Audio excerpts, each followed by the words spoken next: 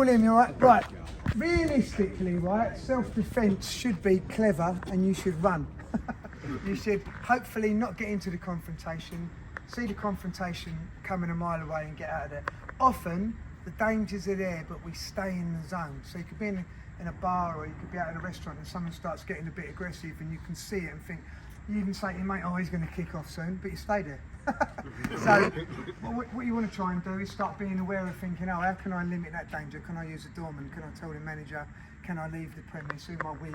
Especially if you're with your partner or your kids, you don't want to keep them in danger.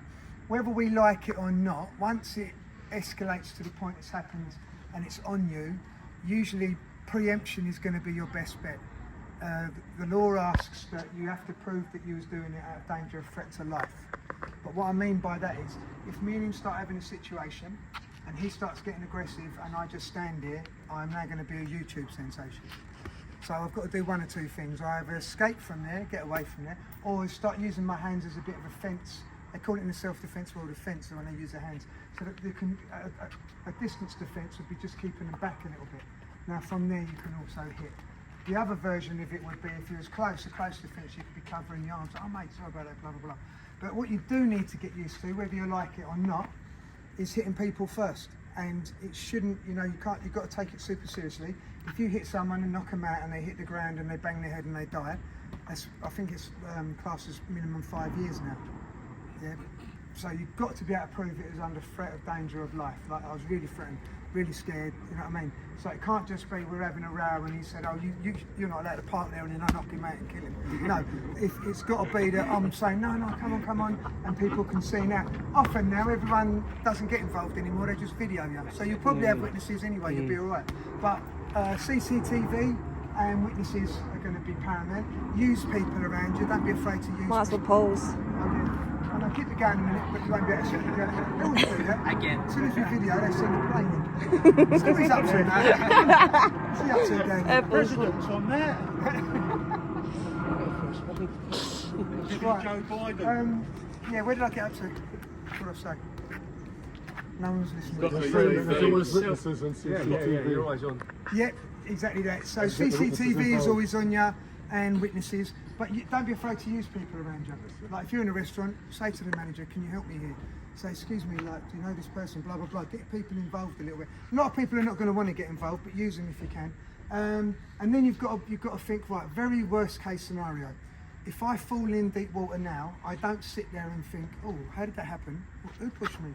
How deep is this water? How long's the water been in? I just swim. If I get into a real dangerous... So if I get into a threat, yeah? If I get into a serious threat and I'm really worried and I've got my kids and there's no escape, it doesn't matter how many times you say that, someone's going to come on, oh, best defence is run away. Well, I've said that like 10 times, but sometimes you might get caught somewhere and you do have to do something. And it's no fault of your own. There are people out there that will corner you, will come out of nowhere and you will have to deal with it. So if that's the case, then a preemptive strike's important. What we work on a little bit is if we work off if someone went to grab my t-shirt, so what we'll do, we'll use that one as a pad for the moment. Let's start back here a little bit. Keep that one up as a pad back there.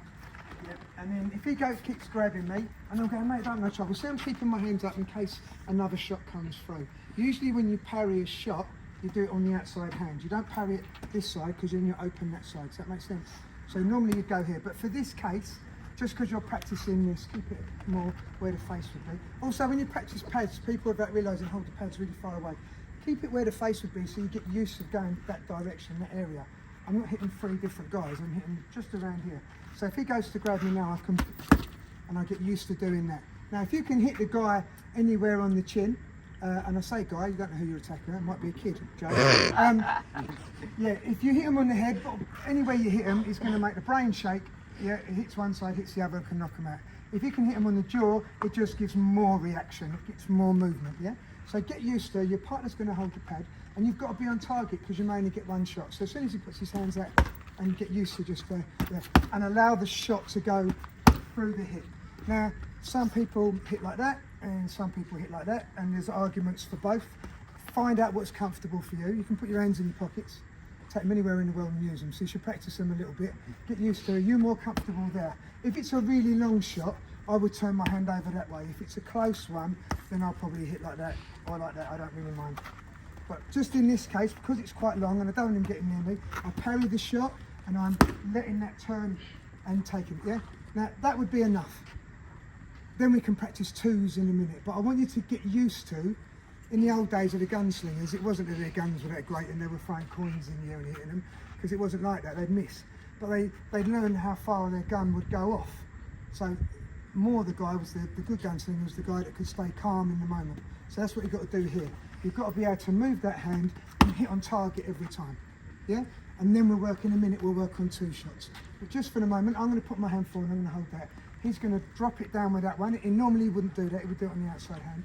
He's going to drop it down there and he gets one opportunity. So I'm walking towards him, it may even mean he has to step back now and then. He may have to come forward. He gets one shot. That's it, that's how we win it. Yeah? And try that with your partner, do about 10 each, start building up, start getting comfortable with them. Gracias! That's what we're talking about, that's what I came for. Make sure you do the dance. No, you're not taking my sandwiches.